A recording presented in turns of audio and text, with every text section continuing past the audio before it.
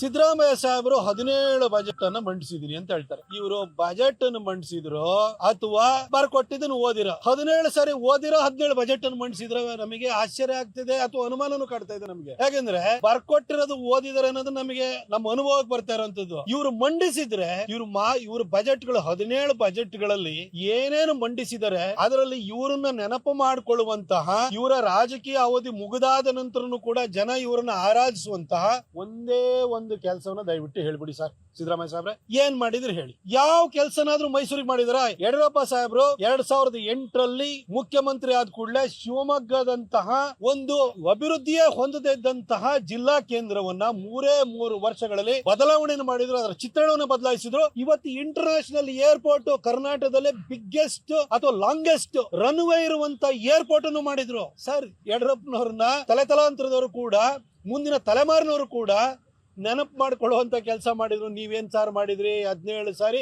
ಓದಿದ್ದೇ ಬಂತು. ಓದಿದ್ರಿ 17 ಸಲ ಓದಿ ನೀವು ರೆಕಾರ್ಡ್ ಮಾಡಿದ್ರಿ. ನಿಮ್ಮ ಇವರು ಬಜೆಟ್ ಬಗ್ಗೆ ಹೇಳ್ಬೇಕು ಅಂದ್ರೆ 2013-14 ಮೊದಲನೇ ಬಜೆಟ್ ಕೊಟ್ಟಿದ್ರಲ್ವಾ, ಆ ಬಜೆಟ್ ಅಲ್ಲಿ ಮೈಸೂರು, ಚಾಮರಾಜನಗರ, ಮಂಡ್ಯ, ಹಾಸನ ಹಾಗೂ ಕೊಡಗುನು ಸೇರಿ ಒಂದು ಟೂರಿಸಂ ಸರ್ಕ್ಯೂಟ್ ಮಾಡ್ತೀವಿ ಅಂದ್ರು. ಮಾಡಿದಾರ? ನಾನು ಮಾಧ್ಯಮಗಳು ಕೇಳ್ತೀನಿ, ಮಾಡಿದಾರ? 2013-14ರಲ್ಲಿ 2017-18ರಲ್ಲಿ ಇಮ್ಮಾವು ಹತ್ರ 100 ಎಕರೆ ಭೂಮಿಯಲ್ಲಿ ಫಿಲ್ಮ್ ಸಿಟಿ ಮಾಡ್ತೀನಿ ಅಂದ್ರು. 2017-18 ಆಮೇಲೆ 5 ವರ್ಷ ಜನ ಇವರಿಗೆ ಇಲ್ಲಿ ರಜಾ ಕೊಟ್ಬಿಟ್ರು. ಇಲ್ಲಿಂದ ಚಾಮುಂಡೇಶ್ವರಿಂದಲೇ ಸಾಕು, ಬರೀ ಸುಳ್ಳು ಹೇಳದ್ ನೀವು ಅಂತ ಕಳಿಸಿದ್ರು. ಆ ಬದಾಮಿ ಅವರೇನೋ ಇವ್ರನ್ನ ಕೈ ಹಿಡಿದ್ರು, ವಾಪಸ್ಸು ಹೊರನಾಕ್ ಬಂದಿದ್ದಾರೆ. ಆಯ್ತು, 2023ರಲ್ಲಿ ಮತ್ತೆ ಮಧ್ಯಂತರ ಬಜೆಟ್ ಅನ್ನು ಮಂಡಿಸಿರೋ, ಇಮ್ಮಾವು ಬಗ್ಗೆ ಮಾತಾಡಿರೋ. ಆಯ್ತಾ, 24-25 ಬಜೆಟ್ ಆಯ್ತು, 25-26 ಬಜೆಟ್ ಆಯ್ತು, ಈಗ 26-27ನೇ ಬಜೆಟ್ ಅನ್ನು ಮಂಡಿಸಿದ್ರೆ. ಅಲ್ಲರಿ, 17-18ರಿಂದ ಸತತವಾಗಿ 4 ಬಜೆಟ್ ಅಲ್ಲಿ ಇಮ್ಮಾವು ಫಿಲ್ಮ್ ಸಿಟಿ ಬಗ್ಗೆನೇ ಮಾತಾಡ್ತಿದ್ದಾರೆ. ಇದೊಂಥರ ಹೆಂಗಾಗಿದೆ ಅಂತಂದ್ರೆ, ನಮ್ಮ ಸೀರಿಯಲ್ ಗಳು ಬರ್ತಾವಲ್ಲ, ಮೆಗಾ ಸೀರಿಯಲ್ ಗಳು, ಎಪಿಸೋಡ್ ಮೇಲೆ ಎಪಿಸೋಡ್ ಬರ್ತಾ ಇರ್ತವೆ. ಸೇಮ್ ಸ್ಟೋರಿ ಮಾತ್ರ ಸೇಮ್, ಘೋಷಣೆ ಮಾತ್ರ ಆಗ್ತಾನೆ ಇದೆ. ಆದ್ರೆ ಕಾರ್ಯಗತ ಏನಾರು ಆಗ್ತಾ ಇದೆಯಾ?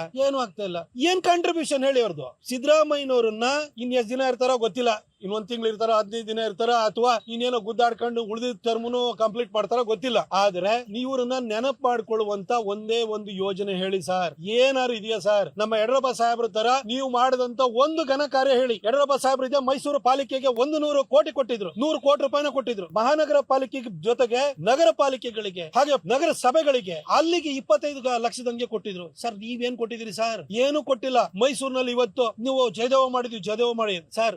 ಜಯದೇವವನ್ನ ಮೈಸೂರಿಗೆ ಕೊಟ್ಟಿದ್ದು ಯಡಿಯೂರಪ್ಪ ಸಾಹೇಬ್ರು. ರಾಮದಾಸ್ ಅವರು ಅವಾಗ ಮೆಡಿಕಲ್ ಎಜುಕೇಶನ್ ಮಿನಿಸ್ಟರ್ ಆಗಿದ್ರು. ಅದಾದ ನಂತರ KRS ರೋಡ್ ನಲ್ಲಿ ಅದನ್ನ ಹೊಸ ಕಟ್ಟಡ ಕಟ್ಟೋದಕ್ಕೆ ಜಾಗ ಗುರುತು ಮಾಡಿದ್ದು ಶಂಕರಲಿಂಗೇಗೌಡರು. ಅದಾದ ನಂತರ ಶ್ರೀನಿವಾಸ್ ಪ್ರಸಾದ್ ಸಾಹೇಬ್ರು ಮತ್ತು ವಾಸಣ್ಣ ಇದ್ರಲ್ಲ, MLA ವಾಸಣ್ಣ ಅವರ ಒತ್ತಾಸೆಯಿಂದಾಗಿ ನೀವು 180 ಕೋಟಿ ಕೊಟ್ರಿ. ಅದಕ್ಕೆ ಉಳಿದ ದುಡ್ಡನ್ನ 200 ಚಿಲ್ಲರ ಕೋಟಿನ ಹಾಕಿದ್ದು ಜಯದೇವ ಟ್ರಸ್ಟ್ ಇಂದ ಡಾಕ್ಟರ್ ಮಂಜುನಾಥ್ ಅವರು ಹಾಕಿ ಕಟ್ಟಿಸಿದ್ದು. ಸರ್, ನಿಮ್ ಕಾಂಟ್ರಿಬ್ಯೂಷನ್ ಎಲ್ಲಿ ಬಂತು ಸರ್? ಆಯ್ತು, ಇವತ್ತು ಕಿದ್ವಾಯಿ ಆಸ್ಪತ್ರೆ ನಮ್ದು ಸರ್, ಅದು ನಮ್ ಕಾಂಟ್ರಿಬ್ಯೂಷನ್.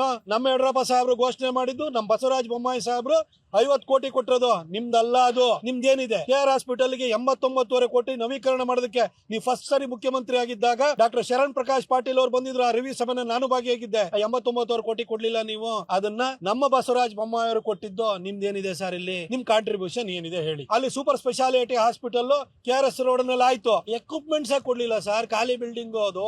ಇವಾಗ ಅದನ್ನ ಕೋವಿಡ್ ಟೈಮ್ ಒಳಗಡೆ ನಾವು ಅದನ್ನ ಇನಾಗ್ರೇಟ್ ಮಾಡಿದ್ದು, ಅದಕ್ಕೊಂದಷ್ಟು ಎಕ್ವಿಪ್ಮೆಂಟ್ ಕೊಡಿಸಿದ್ದು. ನೀವೇನ್ ಮಾಡಿದ್ರಿ ಸರ್ ಇಲ್ಲಿವರೆಗೂ? ಮೈಸೂರಲ್ಲಿ ಸಿದ್ದರಾಮಯ್ಯನವ್ರನ್ನ ಹೆಸರೇಳನ್ನ ಮುಂದಿನ ತಲೆಮಾರು ಹೇಳುವಂತಹ ಯಾವ ಕೆಲಸ ಇದೆ ಹೇಳಿ ಸರ್? ಏರ್ಪೋರ್ಟ್ 319 ಕೋಟಿ ನಾನ್ ತಂದಿರೋದು ನಮ್ಮ ಬಸವರಾಜ ಬೊಮ್ಮಾಯಿ ಅವ್ರ ಹತ್ರ ತಗೊಂಡ್ಬಂದಿದ್ದೀನಿ ಸರ್. ಈಗ ಯಾವ್ದೋ IT ಸಿಟಿ ಮಾಡ್ತೀನಿ ಅಂತ ಹೇಳ್ತೀರಿ ಸರ್. 2022-23ರಲ್ಲೇ ನಾವು ಕೋಚಿನಲ್ಲಿ 200 ಎಕರೆ ಜಾಗ ಗುರುತು ಮಾಡಿಸಿ, L&T ಅವ್ರ ಹತ್ರ DPR ಮಾಡಿಸಿ, ಕೇನ್ಸ್ ಟೆಕ್ನಾಲಜಿ ಅವ್ರ ಹತ್ರ ಸೆಮಿ ಕಂಡಕ್ಟರ್ ಯೂನಿಟ್ ತರೋದಕ್ಕೆ ನಾವು ಹೊರಟವರು. ನಿಮ್ಮ ಸರ್ಕಾರ ಬಂದಾಗ ನೀವು ಪ್ರಿಯಾಂಕರ್ಗೆ ಎಲ್ಲ ಹೋಗ್ಬಿಟ್ಟು ಸಂಜೀವ್ ಗುಪ್ತಾ ಹತ್ರ ಫೋಟೋ ತೆಗ್ಸಿದ್ರಿ. ಹಿಂಗೆ ಆ ಕೇನ್ಸ್ ಟೆಕ್ನಾಲಜಿ ಓನರ್ನ ಕರೆಸ್ಕೊಂಡು ಕೇನ್ಸ್ ಟೆಕ್ನಾಲಜಿ ಬಂತ ಸರ್. ಅದು ಮಾಡಿದ್ರೆ ನೀವು IT ಸಿಟಿ ಮಾಡೋದೇನು?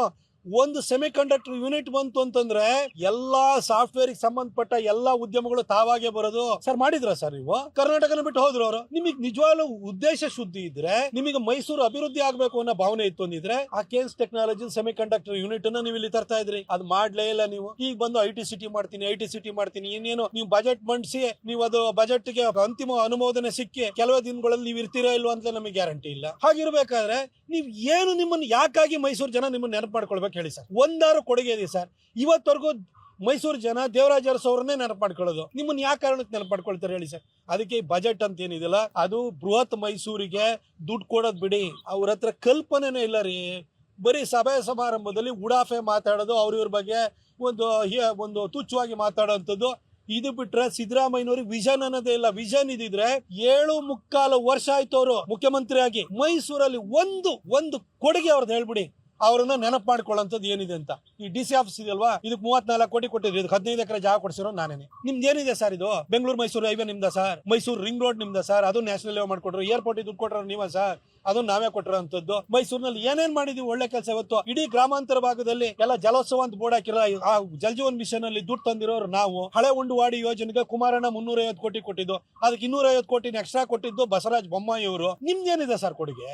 ಕುಡಿಯ ನೀರಿಗೂ ಇಲ್ಲ, ಕಸ ತೆಗ್ಸೋದಕ್ಕೂ ಕೂಡ 58 ಕೋಟಿ ನಾನ್ ತಂದಿರೋದು. ಕೆಲಸ ಇವತ್ತು ಆಗ್ತದೆ, ಮುಗಿಯಕ್ ಬಂತದ್ದು. ನಿಮ್ ಕೊಡುಗೆ ಏನು ಸರ್? ಏನೂ ಇಲ್ಲ ಸಿದ್ದರಾಮಯ್ಯನವ್ರ ಕೊಡುಗೆ. ಅವ್ರನ್ನ ಜನ ಯಾವ್ದಕ್ಕೂ ನೆನಪು ಮಾಡ್ಕೊಳಕ್ ಸಾಧ್ಯ ಇಲ್ಲ. ಸುಮ್ಮನೆ ಏನೋ ಬೋರ್ಡ್ ಹಾಕೊಂಡು ಓಡಾಡ್ತಾರಲ್ವಾ. ಕೇಂದ್ರ ಸರ್ಕಾರ ಪ್ರಧಾನ ಮಂತ್ರಿ ಅಂತ್ಯೋದಯ ಅನ್ನ ಕಲ್ಯಾಣ ಯೋಜನೆ ಅಟಲ್ ಬಿಹಾರಿ ವಾಜಪೇಯಿ ಅವರು 2000 ಮಾಡಿದ್ದಕ್ಕೆ 2011-12 ಫುಡ್ ಸೆಕ್ಯೂರಿಟಿ ಆಕ್ಟ್ ಅಂತ ಸುಮ್ಮನೆ ಬಿಲ್ ತಂದ್ರು. ಮುಂದೆ 2013 ಇವರು ಮುಖ್ಯಮಂತ್ರಿ ಬಂದಾದ ಕೂಡಲೇ ಕೇಂದ್ರ ಸರ್ಕಾರದವರು 32 ರೂಪಾಯಿ ಕೊಟ್ಟು ಅಕ್ಕಿ ಖರೀದಿ ಮಾಡಿ ರಾಜ್ಯ ಸರ್ಕಾರಕ್ಕೆ 3 ರೂಪಾಯಿ ಕೊಡ್ತಾ ಇದ್ರು. 29 ರೂಪಾಯಿ ತಾನು ಭರಿಸ್ತಾ ಇತ್ತು. ಅದ್ರಲ್ಲಿ 2 ರೂಪಾಯಿ ಕಮ್ಮಿ ಮಾಡಿ 1 ರೂಪಾಯಿಗೆ ಅಕ್ಕಿ ಕೊಡ್ತೀನಿ ಅಂತ ಅದ್ರ ಮೇಲೆ ಸ್ಟಿಕರ್ ಹಾಕೊಂಡ್ರಿ. ಅಷ್ಟೇನೆ ನೀವು.